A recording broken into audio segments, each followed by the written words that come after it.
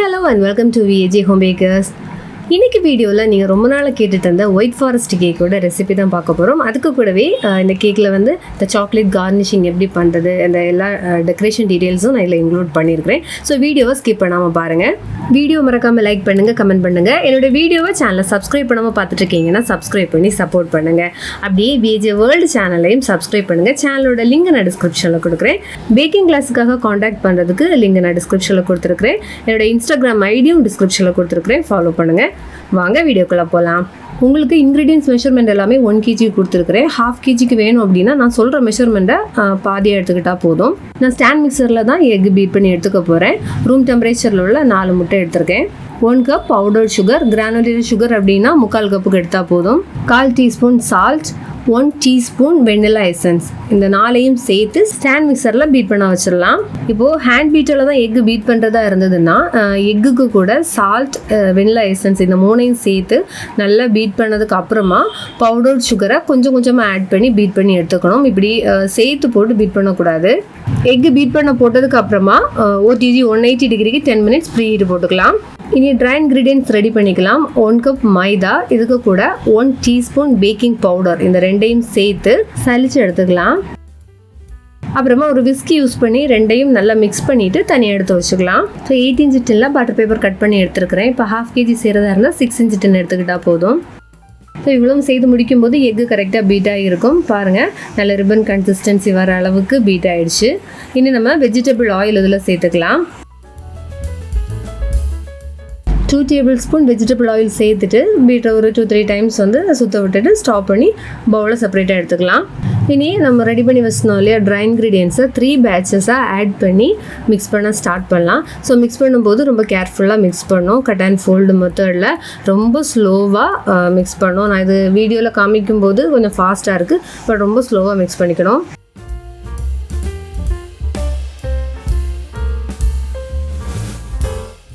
First batch நம்ம add பண்ண try ingredients lumps எதுவுமே இல்லாமல் நம்ம மிக்ஸ் பண்ணதுக்கு அப்புறமா செகண்ட் பேட்ச் ஆட் பண்ணிக்கலாம். சேம் நம்ம ஃபஸ்ட்டு பண்ண அதே ப்ரொசீஜர்லேயே மறுபடியும் மிக்ஸ் பண்ணோம். ஸோ கேக் வந்து ஹார்ட் ஆகுறது அண்டு ப்ராப்பராக பேக் ஆகாதது இது எல்லாமே வந்து நம்ம மிக்சிங்கில் வர மிஸ்டேக்ஸ் தான். ஸோ அதை கொஞ்சம் கேர்ஃபுல்லாக செய்தாச்சுன்னா நமக்கு ஸ்பாஞ்சு பர்ஃபெக்டாக வரும்.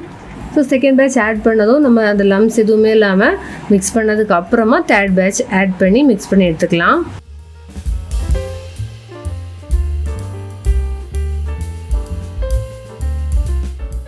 லாஸ்ட்டாக ரூம் டெம்பரேச்சரில் உள்ள மில்க்கு 1/4 கப் அளவுக்கு எடுத்துக்கணும். அதை மொத்தமாக சேர்த்து ஆட் பண்ணாமல் ஒரு 3 பேட்சாக ஆட் பண்ணி நம்ம மிக்ஸ் பண்ணி எடுத்துக்கலாம்.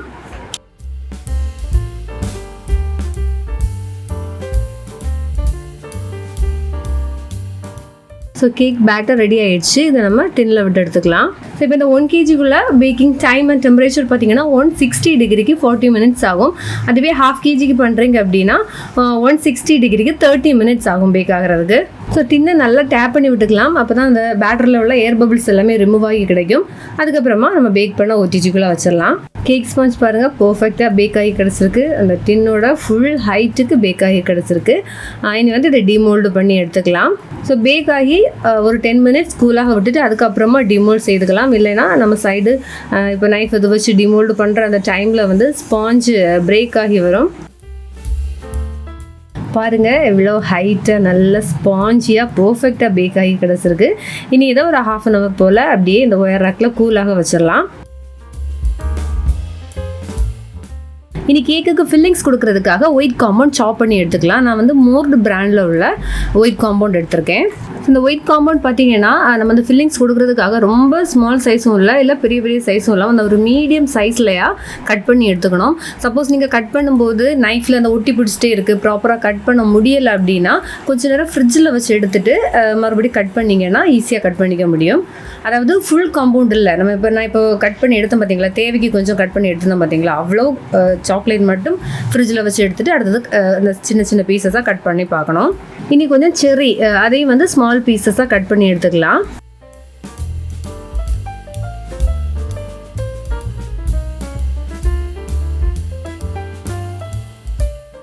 கேக் கூலானதுக்கு அப்புறமா கேக்கோட அந்த டாப்பில் சைடில் கலர் சேஞ்ச் ஆகிருக்கும் பார்த்தீங்களா, அதை நம்ம ஃபஸ்ட்டு ரிமூவ் பண்ணிக்கலாம். அதுக்கப்புறமா ஸ்லைஸ் பண்ணிக்கணும். இனி இதை ஈக்குவல் 3 லேயர்ஸாக ஸ்லைஸ் பண்ணி எடுத்துக்கலாம். ஸோ இது கம்ப்ளீட்டாக கூலானதுக்கு அப்புறமா ஸ்லைஸ் பண்ணணும். இல்லை அப்படின்னா அந்த கேக் கிராம்ஸ் அதிகமாக வரும். அது உள்ள ப்ராப்பராக நமக்கு ஸ்லைஸ் பண்ணிக்கவும் முடியாது. ஸோ கேக்கு 3 லேயர்ஸை ஸ்லைஸ் பண்ணி எடுத்தாச்சு. இனி இதை வந்து நம்ம ஃப்ராஸ்டிங் பண்ண ஸ்டார்ட் பண்ணலாம். கேக் போர்டு எடுத்துகிட்டு அதில் கொஞ்சமாக க்ரீம் அப்ளை பண்ணிவிட்டு ஸ்ப்ரெட் பண்ணி விட்டுக்கலாம். அதுக்கு மேலே ஃபர்ஸ்ட் லேயர் கேக் எடுத்து வச்சுட்டு சுகர் சிரப் அப்ளை பண்ணி கொடுத்துக்கலாம். ஸோ சுகர் சிரப் நம்ம தேவையான அளவுக்கு கொடுத்துக்கணும். ஓவராக சுகர் சிரப் அப்ளை பண்ணணும் அப்படின்னா அந்த கேக்குக்கு அடியில் அந்த போர்டோடி சுகர் சிரப்பு வந்து வடிஞ்சு வந்துக்கிட்டே இருக்கும். சரி, இதுக்கு மேலே க்ரீம் நம்ம அப்ளை பண்ணிக்கலாம். அப்ளை பண்ணிவிட்டு ஈவனாக ஸ்ப்ரெட் பண்ணி கொடுத்துக்கலாம். அதாவது ஒரே திக்னஸுக்கு இருக்கிறது மாதிரியாக ஸ்ப்ரெட் பண்ணி கொடுத்துக்கலாம். இனி நம்ம சாப் பண்ணி வச்சுருக்குறோம் இல்லையா அந்த ஒயிட் காம்பவுண்ட் அப்புறம் செர்ரிஸ், இதை வந்து நம்ம ஃபில்லிங்ஸாக கொடுத்துக்கலாம். இப்போ இது வந்து ஒயிட் காம்பவுண்ட் எவ்வளோ கிராமுக்கு, செர்ரிஸ் எவ்வளோ கிராம் கொடுக்கணும் அப்படிங்கிறதெல்லாம் கிடையாது. ஜஸ்ட்டு நமக்கு ஓரளவுக்கு ஃபில் ஆகிற அளவுக்கு கொடுக்கணும். ரொம்ப அதிகமாகவும் சேர்த்துக்க கூடாது. அப்படின்னா சாப்பிடும்போது ஃபுல் அந்த சாக்லேட் செர்ரிஸ் இருக்கும்போது ஒரு சாஃப்ட்னஸ் இருக்காது. கேக் சாப்பிட்றதுக்கு தேவையான அளவுக்கு நம்ம கொடுத்துக்கிட்டா போதும். இனி செகண்ட் லேயர் கேக் எடுத்து வச்சுட்டு அதுக்கு மேலே நம்ம சுகர் சிரப் வச்சு அப்ளை பண்ணிக்கலாம். அப்புறமா நம்ம ஃபர்ஸ்ட்டு ஸ்டெப்புக்கு லேயருக்கு பண்ணோம் இல்லையா, அதே ப்ரொசீஜர் தான் இதுலேயும். சுகர் சிரப் அப்ளை பண்ணிவிட்டு அதுக்கு மேலே க்ரீம் கொடுக்கணும். க்ரீம் வந்து ஈவன் ஒரே திக்னஸ் இருக்கிற மாதிரியே கொடுக்கணும். தென் அதுக்கு மேலே செர்ரிஸ் அப்புறமா வந்து ஒயிட் காம்பவுண்டு அது சாப் பண்ணதை வந்து ஃபில் பண்ணிவிட்டு தென் தேர்ட் லேயரை எடுத்து வச்சிடலாம். இனி இந்த லேயர் மேலே சுகர் சிரப்பு மட்டும் வச்சு அப்ளை பண்ணி கொடுத்துக்கிட்டா போதும். ஸோ சுகர் சிரப்பு வந்து தேவையான அளவுக்கு நம்ம கொடுக்கல அப்படின்னாலும் கேக் வந்து சாஃப்ட்னஸ் இருக்காது, ரொம்ப ட்ரையான மாதிரி இருக்கும். ஸோ தேவையான அளவுக்கு சுகர் சிரப்பு எப்போவுமே கேக்கில் கொடுக்கணும். இனி அடுத்து க்ரம் கோட்டிங் கொடுத்துக்கலாம். கேக்கோட சைடில் டாப்பில் வந்து கொஞ்சமாக க்ரீம் அப்ளை பண்ணிவிட்டு அந்த க்ரம்ஸ் எல்லாம் செட்டில் ஆகுறது மாதிரியாக கேக்கை நல்லா நீட்டாக நம்ம கவர் பண்ணி எடுத்துக்கலாம். க்ரம் கோட்டிங் முடிச்சதுக்கப்புறமா 1/2 hour ஆகுது ஃப்ரிட்ஜில் வச்சு செட் பண்ணிவிட்டு ஐசிங் செய்தால் கொஞ்சம் ஈஸியாக இருக்கும். ஸோ நம்ம க்ரம் கோட்டிங் முடிச்சு ஃப்ரிட்ஜில் வைக்கிறதா இருந்தால் போர்டை நல்லா நீட்டாக க்ளீன் பண்ணி அந்த போர்டில் பட்டிருக்கும் பார்த்தீங்களா அந்த க்ரம்ஸ் க்ரீம் எல்லாமே க்ளீன் பண்ணதுக்கு அப்புறமா தான் ஃப்ரிட்ஜில் வைக்கணும். ஸோ 1/2 hourக்கு அப்புறமா நம்ம ஐசிங் செய்ய ஸ்டார்ட் பண்ணலாம். ஸோ கேக்கோட சைடு டாப்பில் க்ரீம் ஈவனாக அப்ளை பண்ணி கொடுக்கணும். ஒரே திக்னஸில் நம்ம அப்ளை பண்ணும்போது தான் ஐசிங் செய்கிறதுக்கும் ஈஸியாக இருக்கும். ஸோ நான் வந்து பைப்பிங் பேக்கில் க்ரீம் எடுத்துகிட்டு டேண்டபிளில் ரொட்டேட் பண்ணி அப்படியே சைடு டாப்பில் எல்லாமே க்ரீம் வச்சு நான் கவர் பண்ணி எடுத்துருக்கிறேன். இனி பேலட் நைஃப் யூஸ் பண்ணி கேக்கோட டாப்பு சைடு எல்லாமே க்ரீமை வந்து ஈவனாக ஸ்ப்ரெட் பண்ணி கொடுத்ததுக்கப்புறமா ஸ்க்ராப்பர் யூஸ் பண்ணி நல்லா ஸ்மூத் ஃபினிஷிங் கொடுத்துக்கலாம். தென் கேக்கோட டாப்பில் பார்த்தீங்கன்னா எக்ஸ்ட்ரா இருக்கக்கூடிய க்ரீமை பேலட் நைஃப் வச்சு ஸ்லோவாக நம்ம ரிமூவ் பண்ணி கொடுத்துக்கலாம். நமக்கு இந்த மாதிரி செய்யும்போது ஷார்ப் எட்ஜ் கிடைக்கும். இப்போ 1 kg கேக்குக்கு ஃப்ராஸ்டிங் ஐசிங் செய்கிறதுக்கு டோட்டலாக க்ரீம் பார்த்தீங்கன்னா 1.25 கப்லேருந்து 1.25 கப்பு வரைக்கும் தேவைப்படும். எக்ஸாக்ட் இவ்வளோ தான் அப்படிங்கிற ஒரு மெஷர்மெண்ட் சொல்ல முடியாது. ஏன்னா ஒவ்வொருத்தங்களும் யூஸ் பண்ணுற அந்த க்ரீமோட அளவு வந்து வேறு வேறு மாதிரி இருக்கும் இல்லையா. ஏன்னா இப்போ ஃபில்லிங்ஸோட திக்னஸ் நம்ம அதிகமாக கொடுக்கும்போது க்ரீம் அதிகமாக தேவைப்படும், இல்லை கம்மியாக கொடுத்தா க்ரீம் கம்மியாக தேவைப்படும். அதனால தான் எனக்கு வந்து எக்ஸாக்ட் இவ்வளவு கரெக்டான இந்த மெஷர்மெண்ட் தான் தேவைப்படும் அப்படிங்கிறது சொல்ல முடியலை. ஸோ கேக்குக்கு நல்லா நீட்டாக ஐசிங் கொடுத்ததுக்கு அப்புறமா ஃப்ரிட்ஜில் கூலாக வச்சிடலாம். ஏன்னா நம்ம இனி கார்னிஷிங் செய்யும்போது கேக்கு நல்லா கூலாகி இருக்கணும். ஸோ போர்டை நல்லா நீட்டாக க்ளீன் பண்ணிவிட்டு ஃப்ரிட்ஜில் ஸ்டோர் பண்ணிக்கலாம். ஸோ இனி கேக்கோட சைடில் டெக்கரேட் பண்ண ஸ்டார்ட் பண்ணலாம். ஸோ நான் அதுக்கு பார்த்தீங்கன்னா பட்டர் பேப்பர் கட் பண்ணி எடுத்துருக்கிறேன். அதாவது கேக்கோட ஹைட் எவ்வளோங்கிறத மெஷர் பண்ணிவிட்டு அதில் வந்து 1/4 inch போல் அதிகமாக எடுத்திருக்கேன். அப்போ தான் வந்து அந்த கார்னிஷிங் நம்ம ஒரு நெட் மாதிரி டிசைன் கொடுக்குறோம் இல்லையா, அது கொஞ்சம் வெளியில் ப்ரொஜெக்ட் ஆகி தெரியும். அதே மாதிரி இந்த பட்டர் பேப்பர் வந்து நான் அதோட லென்த்தும் நான் மெஷர் பண்ணியிருக்கிறேன். அதாவது இப்போ 8 inch நம்ம பேக்கிங் டின் இருக்கு இல்லையா, ஸோ டின்னோட அவுட்டரில் டேப் வச்சு மெஷர் பண்ணிவிட்டு டோட்டல் லென்த் எவ்வளோங்கிறத பார்த்து ஸோ அந்த அவ்வளோ நீளத்துக்கு பட்டர் பேப்பர் அந்த ஒரே ஸ்ட்ரெச்லேயே நான் கட் பண்ணி எடுத்துருக்கிறேன். இப்போ வேணும்னா 2 பீசஸாக கட் பண்ணி நம்ம கேக்கில் வைக்கிறோம் இல்லையா, கவர் பண்ணுற டைமில் அதை அட்டாச் பண்ணி அப்படி வச்சாலும் போதும். இப்போ ஒரே ஸ்ட்ரெச்சில் ஒரே லெந்தில் தான் எடுக்கணும்னு இல்லை. இப்போ பிகினர்ஸ் எல்லாம் ட்ரை பண்ணுறீங்க அப்படின்னா இந்த மாதிரி ஒரே ஸ்ட்ரெச்லலாம் எடுக்க வேண்டாம். 2 பீஸாக பட்டர் பேப்பர் கட் பண்ணிவிட்டு அதை கேக்கில் கவர் பண்ணும்போது ஜாயின் பண்ணி கவர் பண்ணிக்கோங்க. அப்புறமா இதில் பார்த்தீங்கன்னா ஒயிட் காம்பவுண்ட் நான் ஒரு 50 grams போல் மெல்ட் பண்ணி எடுத்திருக்கேன். டபுள் பாயில் மெத்தடில் தான் மெல்ட் பண்ணியிருக்கிறேன்.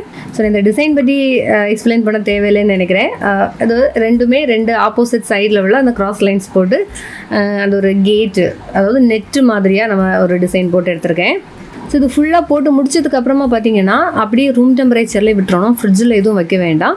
ரூம் டெம்பரேச்சரில் விட்டிங்கன்னா அது வந்து கம்ப்ளீட்டாக நமக்கு ட்ரை ஆகக்கூடாது, அந்த ஒரு செமி ட்ரை அந்த மாதிரியாக தான் இருக்கணும். அதாவது நம்ம டச் பண்ணால் கையில் ஒட்டி பிடிக்கவும் கூடாது, சேம் டைம் வந்து அது பிரேக் ஆகவும் கூடாது. அந்த ஒரு ஸ்டேஜ் வரைக்கும் ரூம் டெம்பரேச்சர்லேயே வச்சு அந்த சாக்லேட்டை வந்து ட்ரை ஆக விட்டுறணும்.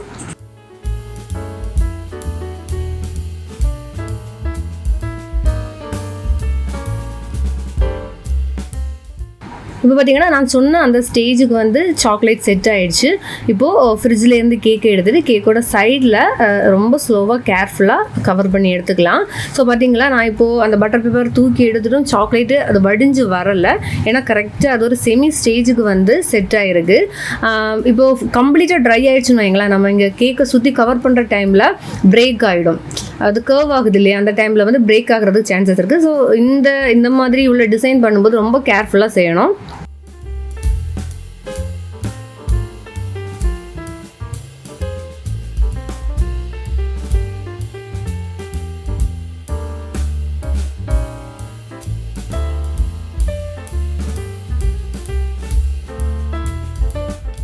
ஸோ இனி இந்த கேக்கை அப்படியே ஒரு 5 to 10 minutes ஃப்ரிட்ஜில் எடுத்து வச்சிடலாம்.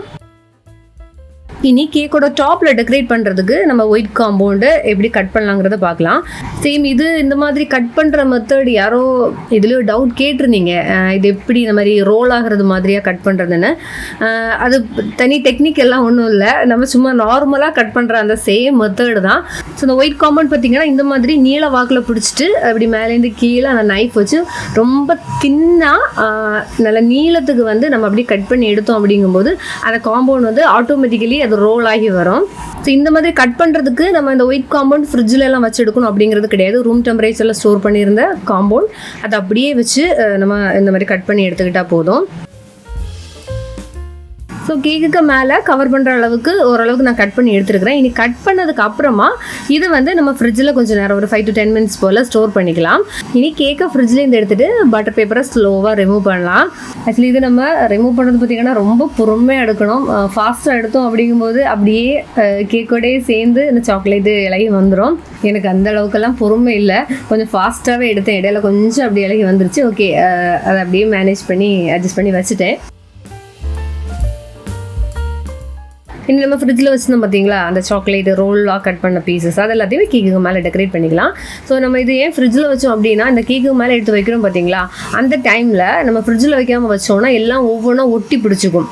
ஸோ நம்ம ஃப்ரிட்ஜில் வச்சு எடுக்கும்போது கரெக்டாக அந்த ஒவ்வொரு ரோல் பீஸும் செப்பரேட்டாக தனித்தனியாக இருக்கும். அதே மாதிரி நம்ம கையில் ஒட்டி பிடிக்காது. இனி இது மேலே அங்கங்கே ஒவ்வொரு செர்ரிஸ் எடுத்து வச்சிடலாம். அவ்வளோதான், ஒயிட் ஃபாரஸ்ட் கேக்கோட ஒரு சிம்பிள் டெக்கரேஷன் சூப்பராக முடிச்சாச்சு. இந்த வீடியோ ரிலேட்டடாக என்ன டவுட் இருந்தாலும் நீங்கள் கமெண்ட்டில் கேளுங்க, நான் கண்டிப்பாக ரிப்ளை பண்ணுவேன். But one condition, video skip பண்ணாமல் ஃபுல்லாக நீங்கள் பார்த்துட்டு அதுக்கப்புறமா நீங்கள் டவுட் கேளுங்க. ஏன்னா இந்த சாக்லேட் கார்னிஷிங் எல்லாம் பண்ணுறதுல கண்டிப்பாக நிறைய டவுட்ஸ் வரும். ஸோ நான் மேக்ஸிமம் எல்லா விஷயமே உங்களுக்கு புரிகிறது மாதிரி கிளியராக தான் எக்ஸ்பிளைன் பண்ணியிருக்கிறேன். ஸோ வீடியோவை ஸ்கிப் பண்ணாமல் பார்த்துட்டு நீங்கள் டவுட்ஸ் கேளுங்க. வேறொரு யூஸ்ஃபுல் வீடியோவில் மீண்டும் சந்திக்கலாம். பை.